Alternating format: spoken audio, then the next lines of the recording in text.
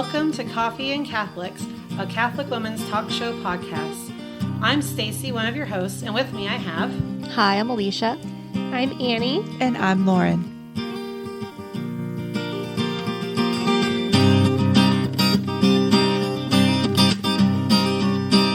Hello and welcome to Coffee and Catholics.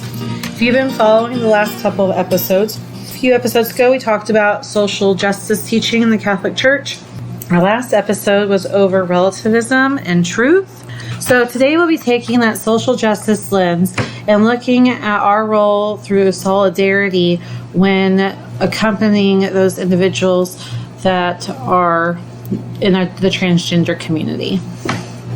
So we've been discussing the book Made for Love by Father Mike Schmitz, and we've just kind of been breaking it out in several different episodes and applying it to our discussion on truth. And now we're going to take a deeper look at it in our discussion today. There is a quote about truth in this book, and what we discussed about last time about how important truth is, but it's even more important when you're discussing truth about the body and about how the nature of the body and the nature of the soul. Father Mike says, if your body is not an essential part of who you are, then you can use it however you want, like a tool. But if your body is a vital aspect of who you are, then what you do with your body matters.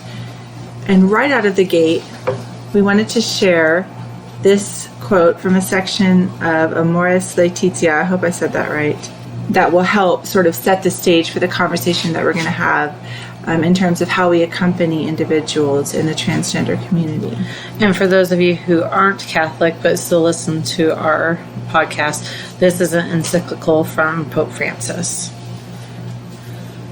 Number 56 of Amoris Laetitia says, yet another challenge is posed by the various forms of an ideology of gender that denies the difference and reciprocity in nature of a man and a woman, and envisages a society without sexual differences. And then he goes on to say a little later in the quote towards the end, it needs to be emphasized that biological sex and the socio-cultural role of sex, gender, can be distinguished but not separated. It is one thing to be understanding of human weakness and the complexities of life, and another to accept ideologies that attempt to sunder what are inseparable aspects of reality. Let us not fall into the sin of trying to replace the Creator. We are creatures and not omnipotent. Creation is prior to us and must be received as a gift. At the same time, we are called to protect our humanity, and this means, in the first place, accepting it and respecting it as it was created. And I think it's important, too, when we're starting this conversation, Father Mike talks about this in his book also, about how as Christians, and we've talked about this in previous episodes, even the social justice episodes, about how as Christians we view a human as a body-soul composite. So we're also looking at this from that aspect. So just like Lauren said, if you don't view a human as a body-soul composite and your body doesn't matter, then it's just a tool. But we are going to be discussing this topic with the understanding in our conversation that we are viewing the human person as a body-soul composite. So all of the comments that we're going to be having today have those two aspects of being a human united. Maybe you guys can straighten this out for me, because I have a hard time understanding with a quote with Pope Francis saying that, when your body, Father Mike, when your body doesn't matter, you can do with it what you will. But when it comes to transgender individuals, the body very much matters to them, because their perception of who they are and how their body is that their body is wrong, that it doesn't conform with who they are as a person on the inside. and therefore it's so important that they must change. Well, I think that's the point he's trying to make, that if your body is important, then you can't do whatever you want with it. I see. Yeah. Okay. So, And coming from the lens of the belief that gender and sex are two separate things, this is what's the prevalent and the current prevailing ideology of our society, and maybe not in every corner, but in a significant enough amount of human beings, blessed, beautiful human beings. This is a thought process that my gender and my biological sex are two different things. well, and I think a lot of where that separation is kind of coming from too is that our society puts gender characteristics on material things. Oh, that's something that a girl likes, or that's something that a boy is supposed to like. And this is, if you're a girl, you're supposed to like these types of things, and if you're a boy, you're supposed to like these types of things. And this is a conversation I've even had to have with my own children, because my kids have a wide variety of interests, and I try to tell them, I was like, while society might say that pink is a girl's color, if you really look back in history, it was originally a boy's color. Those types of things kind of change, and even then, pink doesn't have a gender, it doesn't have a sex, it's not a living thing. Our society is putting these gender terms to inanimate objects, so then when we start thinking about ourselves, that can distort our view on ourselves, that our body is also an inanimate object, that we can do what we want with it. And so I think that that's something we have to consider, that these young men or young women who are thinking that their body isn't right might have been told, well, those things that you like, and not everybody's journey is different, but some of those things, like I said, I've had to have these conversations with my own children. Just because my son likes to sew or likes to read about princesses doesn't make him a girl. It just means that those are his interests, and that's okay. My little girl is climbing fences with the little boys in her co-op and running and galloping like a horse through the fields doesn't mean that she has boyish interests. These are things that we've done, these societal constructs about interests and things, like you said, inanimate objects take on their own nature because they get assigned to certain genders. And then it can be easy to relegate your body to being one of those things that can be, assigned a gender, so to speak. Even if you recognize, and this is what and the individuals in my life that I've talked to are deeply aware that that sex is a biological fact. They wouldn't deny that. If I had a friend say, that's science, of course. Of course I'm a biological female. What I'm not is a gendered female. I feel that my gender is male. And again, we see that separation there between the two. That relates back to what you're saying, that at some point we've decided that we can decide these things individually, or they can be deconstructed from the human soul. And that's all, again, just part of that move toward that postmodern idea of the human being. And I think we should also distinguish that we're not talking about biological instances when there is a confusion of what gender, like the child is born and they aren't sure what gender the child is. Oh no, these are choices that people are making with their bodies to change from one sex to another, or even just to identify as a different gender, even if you don't make changes to the body. Just the concept. So, and the reason why we're laying all this groundwork, it's not because we think we know. It's not that any of us individually have walked this path, or that we understand what transgender individuals, what that journey is like personally. None of us have. We all love individuals who are on this journey. We are all somewhat aware of it, but we do not at any rate want to put ourselves out as having some sort of expertise, as knowing all there is to know about this. We don't know anything except what we believe the Lord has instructed us to know about the nature of the human being. And our whole desire of this show is not to crunch down and deconstruct the ideology.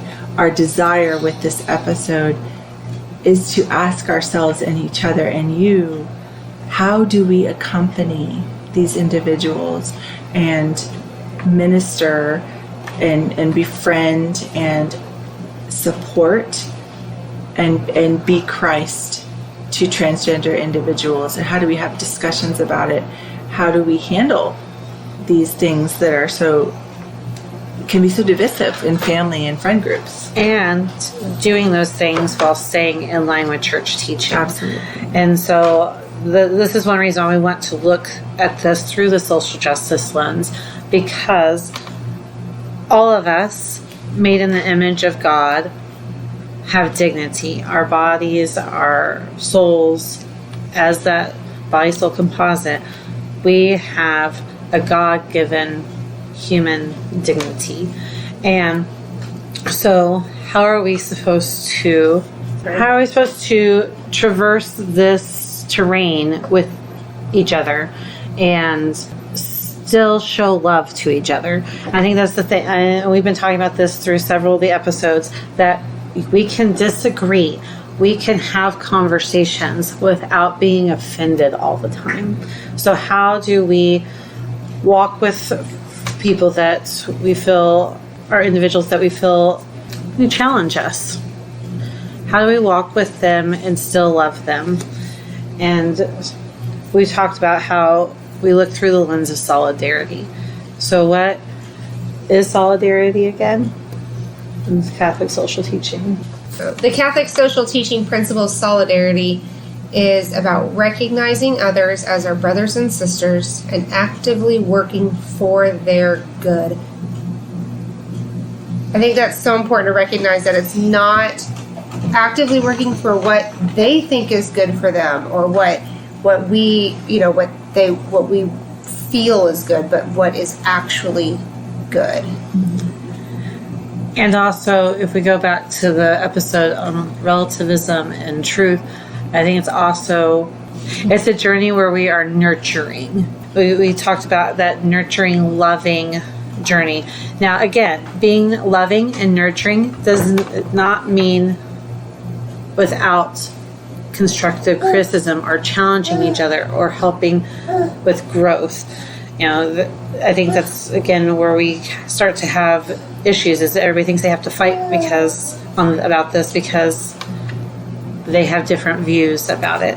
But we can have different views and we have different perceptions without getting angry with each other. I think we're talking about, how do we walk alongside people who have gender dysphoria, who want to transition, who really disagree with where we're coming from. And a lot of people who experience gender dysphoria and accept it as who they are, they look at Catholic teaching on this, and it is something that they very much get offended by, because when you're talking, and I've heard this said by many people who experience gender dysphoria and who identify as transgender, that because it's something that it is their identity, they identify as is their identity, when you come at it saying, that your idea of yourself doesn't conform to reality, it really hits home hard. And it hurts. Because experiencing gender dysphoria, again, listening to people who have experienced it, is an incredibly painful thing. They describe it as something that's very confusing. I think it's, among transgender people, the suicide rate is about 40%. And even after transition, it remains the same. And so there's a lot of heartache within that community. There really is. And so what you guys are talking about is just a general sense, like coming at the topic with love in mind, being non-judgmental, walking with him, being there with him. We'll go more into detail about that, but it's so important. And going with what you just said, I want to read 1 Corinthians 12:26. If one member suffers, all suffer with it. If one member is honored, all rejoice together with it. That's the other thing about the solidarity is we are called to relationship with each other, and we are called to build these relationships. And in our connected humanity, we are to strive to try to understand what life is like for others who are the most overlooked, the most vulnerable, the most suffering. So we are supposed to try to help heal each other. And that sometimes I think when we think that we have to do it all on our own, I have to make all these choices on my own, and I'm walking alone, and you can feel so isolated. And our society honestly does not help when people are making negative comments to people about how they dress or how they look, or we even talked about this last time about our body matters. That's why when somebody comments negatively about our body, it hurts. And I know we have that little saying as kids is sticks and stones break my bones, but words will never hurt me, but words do hurt. And there has to be healing with that. So people who are dealing with dysphoria of any type, their pain is our pain, and we need to love means to suffer with. Yes. And so we are supposed to be walking with them in this journey. And even if they make choices that we don't agree with, that does not mean that we abandon them. We still walk with them and are there to listen and to be Christ to them. If we are the people of the cross, as we say we are, then we have to be people who are governed by mercy. And mercy seeks out the lowest point. It's like water. And as Christians, and especially as Catholics, we can no longer afford to shove this under the rug, to turn the other way, to give it only a cursory glance. We need to meet it head on. We need to sit with it. We need to dive into its depths. We need to link arms with the transgender community and with the LGBTQ community as well. In terms of, now notice I did not say accept every single thing and every aspect of someone's ideology, but we do need to link arms with this community and sit down with them and listen and learn how to help this marginalized community, whether that's a self-isolation, a self-imposed isolation, or a self-imposed marginalization. I don't know. That's probably as individual as the person themselves, that situation. But it is, in fact, the case that with a 40% suicide rate, someone is being neglected. This is a community that has no idea how vital and necessary and loved and beloved they are. And if you are listening to this and you struggle with gender dysphoria, if you identify as transgender, my number one message to you, our number one message to you is how loved and needed and necessary you are to this world right now, the time that you were born in this society. Please hang on. You are loved. There's support here. Father Mike says there is no us and them. It is only we. And I love that you said that we need to suffer with each other, because that's a theme that has gone all over this podcast. Through almost every episode we talk about the need to stand at the foot of the cross with each other and bear each other's crosses with each other and just be there. Because I think the reason why we don't do this, honestly, as a church is because we're scared. We know that the truth that we believe is not going to feel good. There's no way to pretty that up. And I think that's where our mistake is. I think when we try to make truth, when we try to take someone's pain away by like sugarcoating or dancing around or not talking about the issue because it might make them sad, these are all ways that we actually invalidate people's experience. I think we need to stop trying to make it easy, and we need to start showing up.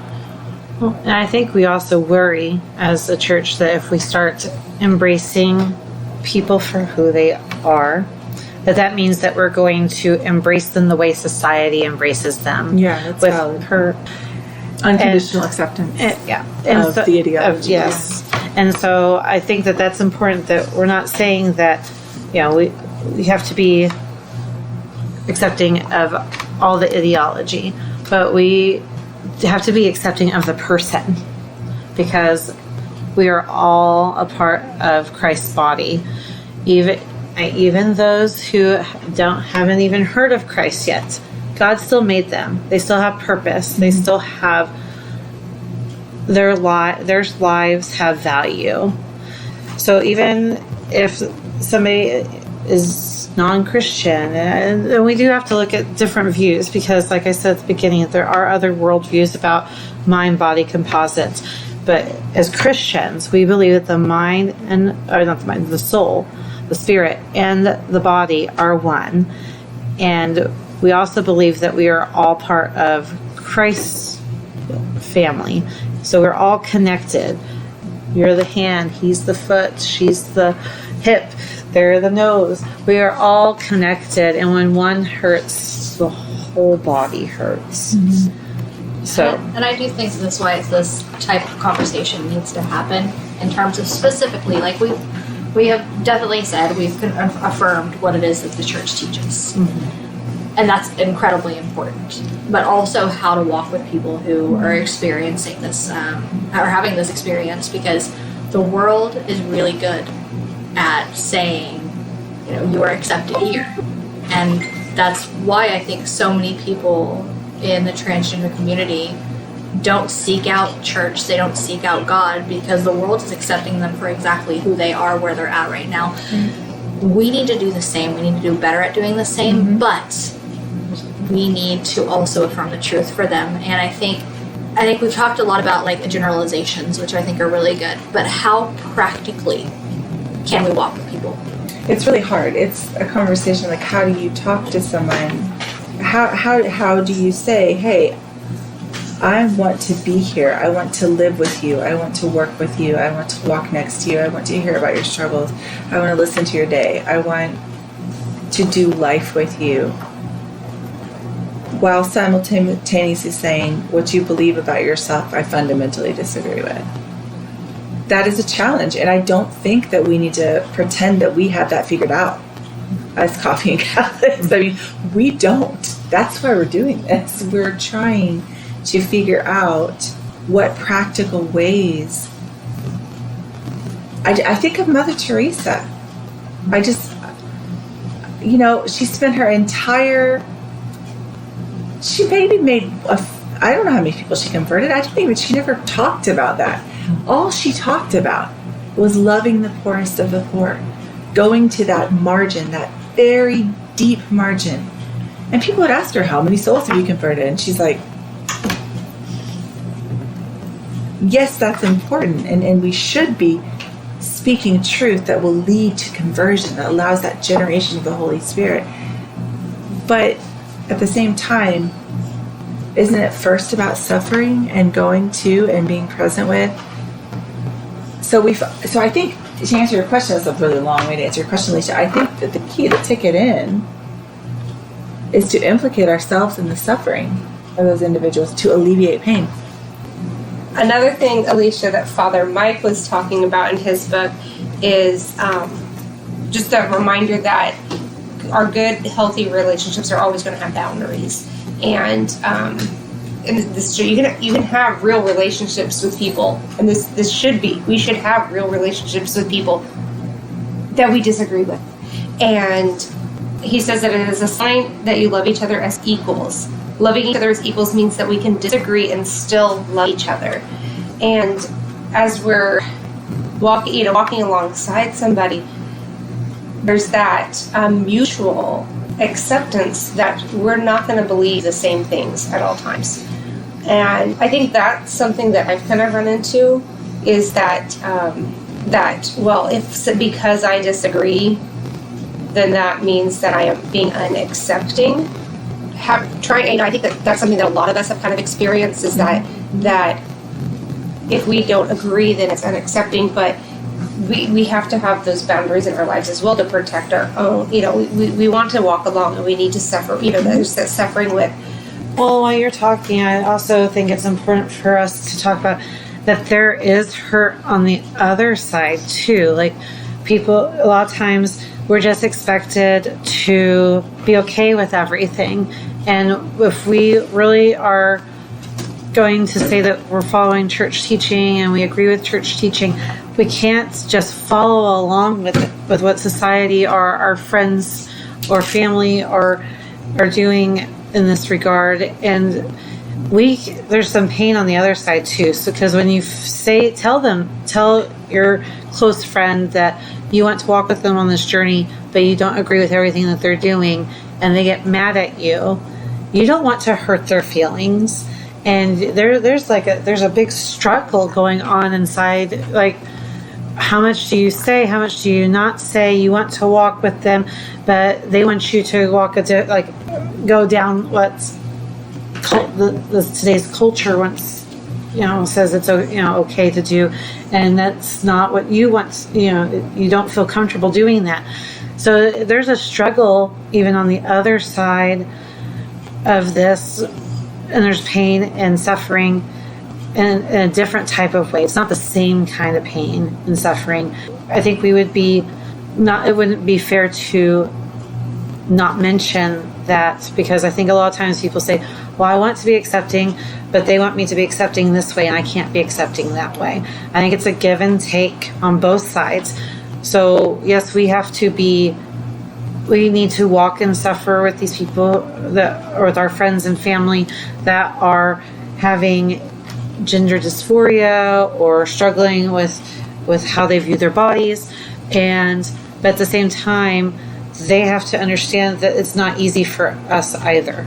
Mm-hmm. I think there has to be this mutual understanding that this is difficult for both sides, if that makes any sense. I think a lot of times, if you don't agree with what's going on, you automatically, people are like, oh, well, then you're never going to understand. Mm-hmm. Well, that's hurtful, because I want to understand. I want to walk with you. I want to be with you there. And I'm not going to totally agree with you, but that doesn't mean I don't want to be with you. We're called to relationship, and I want that relationship with you. But a lot of times those relationships are just totally severed by somebody on either side. Mm-hmm. And I think that we just have to also mention that there's mutual hurt on both sides.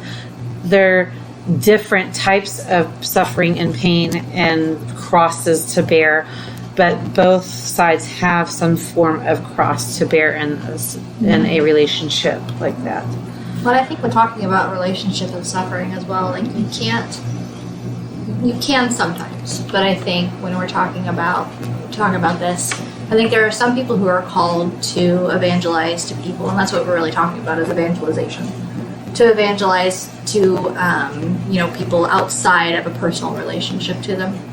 But I think that more often than not, we're called to evangelize to people through that relationship. So before we can suffer with people, most of the time we have to build a relationship with them. There it is. And too, it depends. Like you were talking about, like there's no hard and fixed answer as to how to walk through this with somebody and have that relationship.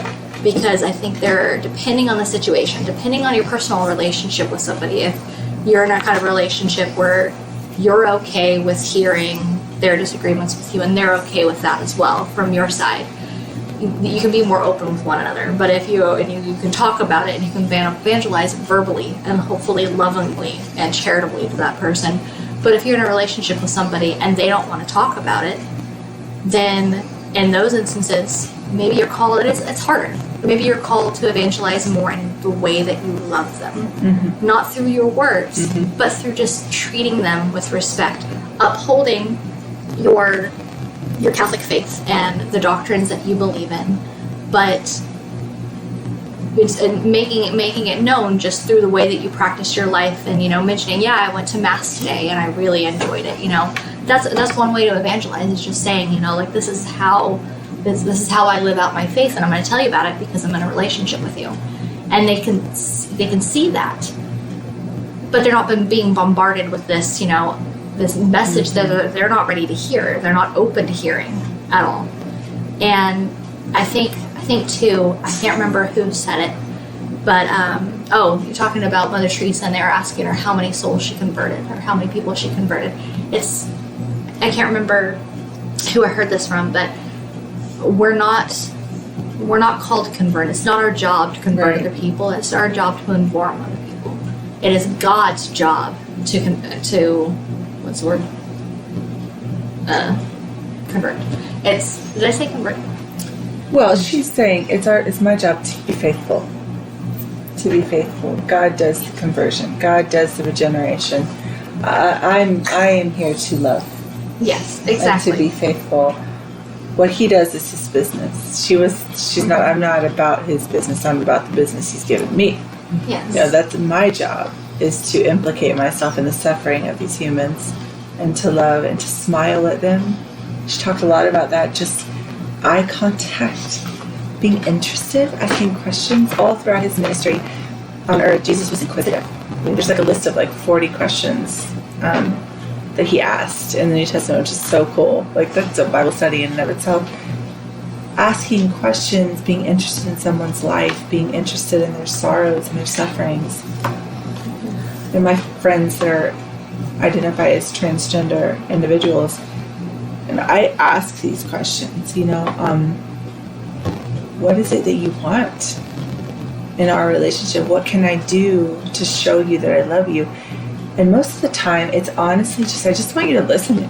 I just want you to listen to what I have to say. I need a place to talk about this. I just need a place to talk about it. Because I think while it's been more mainstreamed and normalized in the last probably 10 years, individuals in this community have spent the majority of their life hiding this, shutting it down, pretending it doesn't exist, acting out of it in other opposite ways to try. It's like he did mention this in the book too. I have never heard a transgender individual say, I chose this life. This is what I want.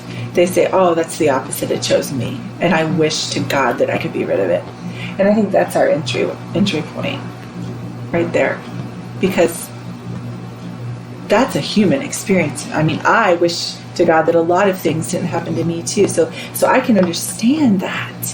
So I think it's almost as if that accompaniment starts with, what can I understand about this experience? I don't understand a lot of it, and I don't agree with this and this. What can I understand? And then letting that seep in, letting that become a part of you, so that you become a part of them, and that mutual sharing that belongs to us as a family. I was going to say that a lot of what I think happens when there's this hurt within family or already established relationships where they're going through some of this difficulty in conversation is there's a lot of worry that's keeping, I'm worried about telling my family about this, or, oh, my child just told me this and now I'm worried about what I'm supposed to do about it. And like you said, just talk to each other and walk through both sides are going to make decisions that the other side doesn't agree with. Mm-hmm. But being able to have the conversation, and I think that's one of the biggest things, is the lack of communication, worrying before you've even had the conversation, how the other person's going to react. And so I think just, in Padre Pio tells us not to worry, that God will take care of it. And I know it's easier said than done, because there are some I've had lots of friends in the LGBTQ community whose parents were not open to listening to them. Mm-hmm. And that's really hard. And so it's, like I said, it's easier said than done, but I think a lot of times the thing that holds us back is that worry. But if we're open and we let people know that we're open to the conversation, I think that alleviates a lot of that. Well, if we take it off our own plate to solve the problem, if we say, okay, if I enter into these conversations, I don't have to solve their problems. That's not my job. My job is to be here, to listen, to witness your pain, to witness what you're going through, and to be a friend. Yes. And maybe what you said is exactly it, Stacey. Maybe worry is the ticket. maybe if we were to do like a little checklist here, or a rough checklist of how to begin conversations with your friends who identify as transgender, to let them know that you are a safe spot for them, maybe you start by saying, what are you worried about? Like, tell me what's on your heart. Like, what are you worried about right now? Because I guarantee you, every human, every single day of their life has an answer for that question. Mm-hmm. We are all worried every single day of our life. Every single one of us, except Padre Pio, is worried. worried. We're all worried about this or that. Our kids, our parents, our husbands, our job, our money, our food. We're always worrying. It's the human condition. And I think that's a start. What could happen if we just say, what are you worried about? Because if you say that and someone says, hey, I'm worried about how you're going to think when I tell you X, you're already putting yourself in a vulnerable position to say, okay, let me worry with you. Let's pray about it. Let me pray. How can I pray? Yeah. Well, and I think too, this is something that a revelation that I came to a while ago, that God brought me to a while ago, is that when I was having conversations with people trying to not, specifically transgender, people who were transgender, but like family and friends and such, and I was trying to evangelize to them.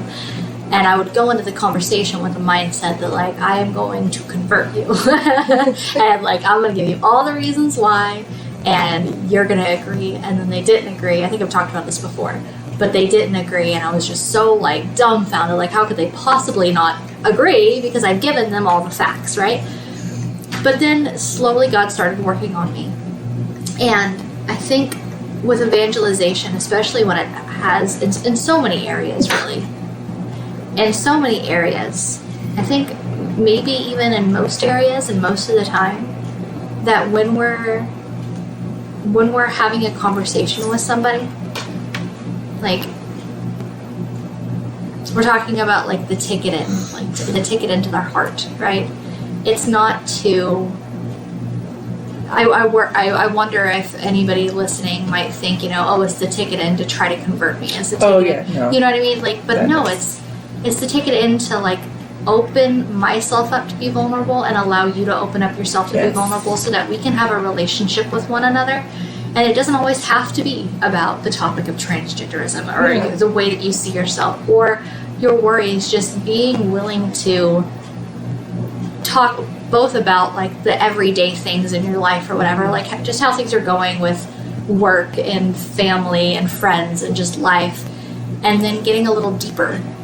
And so basically what God taught me was that when I'm having a conversation with somebody, like, at the heart of it, I would love nothing more for them to know God and to know the truth of, talking specifically about the transgender community, the truth of their body and the way that it was made, that there's nothing wrong with you, that you are gorgeous the way that you are. And I want nothing more than people to know God's love for them exactly the way that they are.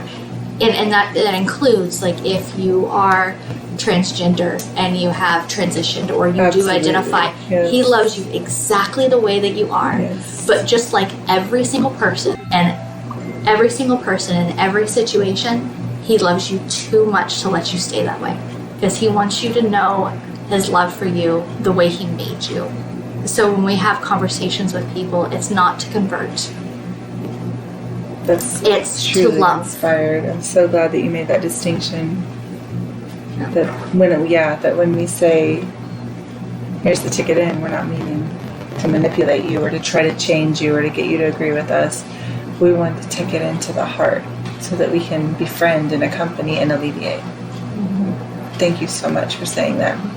Because I think really important. And I think really God uses us, if we allow Him, we're a tool for, again, bringing His love to people.